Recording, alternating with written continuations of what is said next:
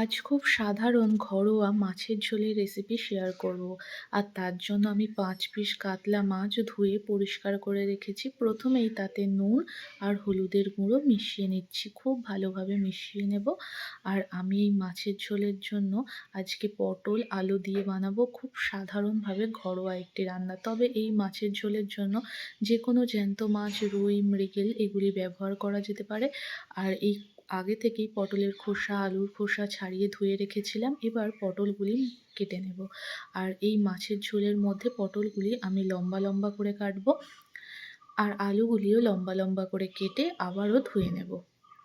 আলু পটল একবার ধুয়ে নেওয়ার পর এবার পেঁয়াজটি সরু সরু করে কুচিয়ে নেব আর কাঁচা লঙ্কাগুলি মাঝখান থেকে চিড়ে নেব। আর এই রান্নাটির মধ্যে খুব বেশি মশলার প্রয়োজন নেই। শুধুমাত্র জিরে বাটা দিয়েই বানাবো পাতলা করে মাছের ঝোল। খেতে ভীষণ ভালো হয়। এইভাবে একবার বানিয়ে দেখতে পারেন। সবজিগুলি কাটা হয়ে যাওয়ার পর শিলের মধ্যে নিয়ে নিয়েছি ১ টেবিল চামচ গোটা জিরে। সামান্য পরিমাণে জল দিয়ে শিলের মধ্যে একদম মিহি করে বেটে নিয়েছি।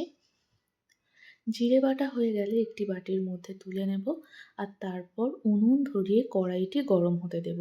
কড়াইটি খুব ভালোভাবে গরম হয়ে গেলে বেশ কিছুটা পরিমাণ সর্ষের তেল দিয়ে তেলটি খুব ভালোভাবে গরম করে নেব।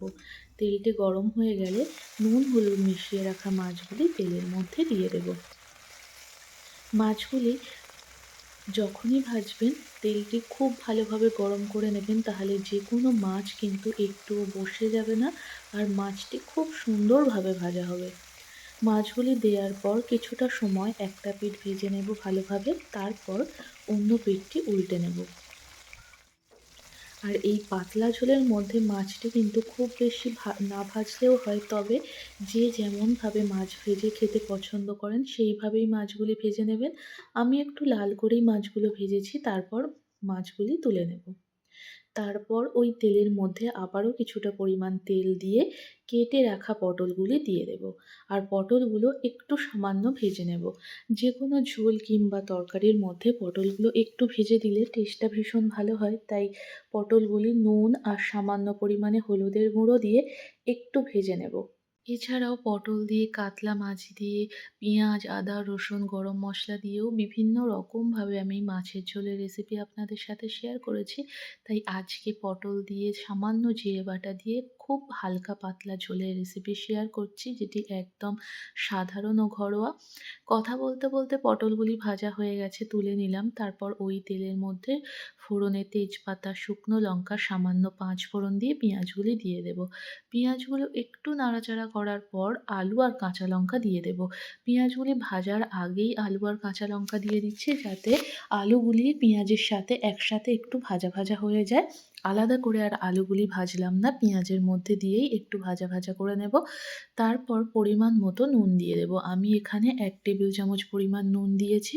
দিয়ে আলুগুলির সাথে পেঁয়াজগুলি খুব ভালোভাবে একটু ভেজে নিচ্ছি।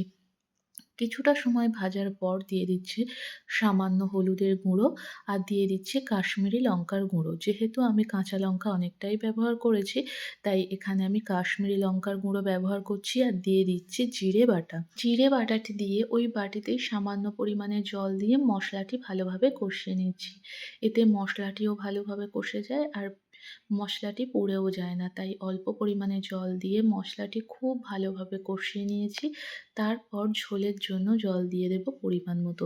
এখানে যেহেতু আমি জিরে বাটার পাতলা ঝোল বানাচ্ছি, তাই জলের পরিমাণটাও একটু বেশি দিয়েছি। আমি ২ গ্লাস মতো জল দিয়েছি।